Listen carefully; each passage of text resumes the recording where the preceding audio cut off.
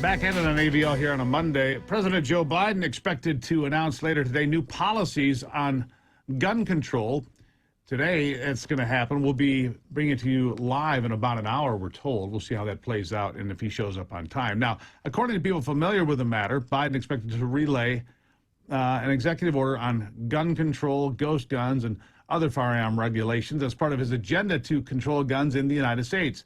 In part of today's announcement, Biden is also expected to name a replacement nominee to lead the ATF. We'll see how that plays out. I want to bring in the president of the Crime Prevention Research Center, Dr. John Lott, to talk about this and the impact this could have on, well, regular law-abiding Americans like myself.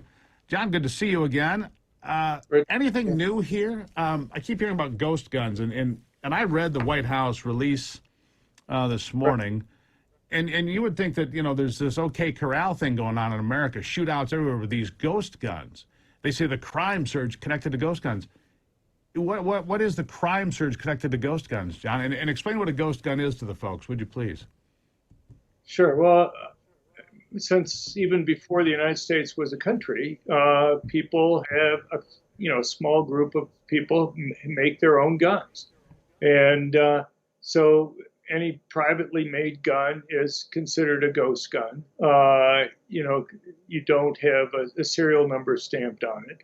But, the thing is, there are already strict laws dealing with this. If I make a gun and I sell it to you, that's a felony. That's 5 years in prison that's there.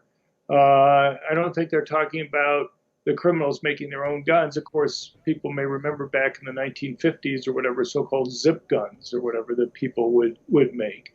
But, you're talking about, when I was in the Department of Justice, I asked about this, and people pointed to about a dozen cases since 2010 where so-called ghost guns were actually used in the commission of crime. What they want to do is make it so that hobbyists aren't going to be able to go and make their own guns anymore. But it's beyond that. They also have a regulation there that will prevent federally licensed dealers for, erasing information on gun sales after 20 years. They want to keep it in perpetuity. But I think the main reason why they're doing that is just to have a more complete gun registration list. You may remember, I think we talked about it before, about how the Biden administration has gotten transaction records for sales or transfers of almost 1 billion transfers that have occurred with guns over the decades. And now they don't have everything. And part of this rule is to make sure that they can keep all the transactions that are there.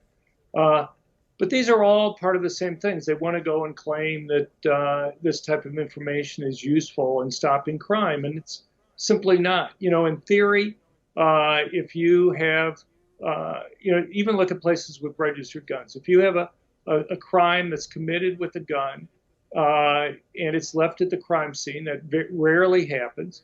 But when it does, it's either because the criminal's been killed or seriously wounded, so you're catching them anyway. And the couple times when the criminal isn't killed or wounded, and the gun's left there, it's not legally owned by the person who went and committed the crime. And so, and he probably got it illegally to begin with, and multiple transactions occurred with it. So the notion that somehow you can use a serial number to go and solve a crime, or even a registered gun. Hawaii, for example, which has had registration licensing since 1960. They can't point to one single crime that they've been able to solve as a result of it. So it's another, you're basically telling me, as I'm taking notes here, you're telling me this is another, instill fear in America. There's all these ghost guns, but there's nothing to it. There's nothing there. I mean, it is absolutely absurd. Okay, so then on to the AR-15s, which is also the last paragraph of this announcement from the White House says, ban on assault weapons and remove any protection that gun companies have. So ban assault weapons and bankrupt the gun industry. Those are the last two attempts. Now, having said that, I don't believe that executive orders in that fashion. Congress shall pass no law. Right. The executive can't make laws like this, right? Yeah, look, I mean, Biden's been talking about being able to bring suits against the gun industry. He just lies. I don't know how else to say it time after time about the rules. You can sue gun makers and gun sellers. If they sell a defective gun and somebody gets harmed, they can get sued. If they break the law in terms of how they sell a gun, for example, by not doing the proper background check on it, they can get sued. Okay? What he's talking about is he wants to be able to sue them if anybody uses the gun improperly. So, think of it for cars. There are 4.5 million people who are injured and require medical care each year for car accidents.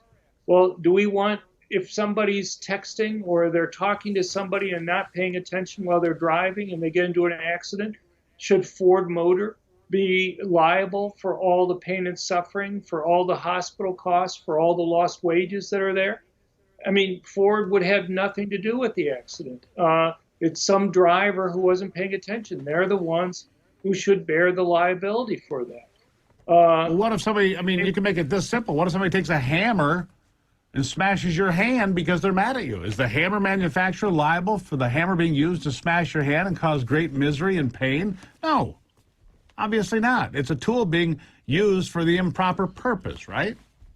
Exactly. I mean, what do you think would happen to the price of cars or the number of car makers if we were to have that type of liability rule for car makers?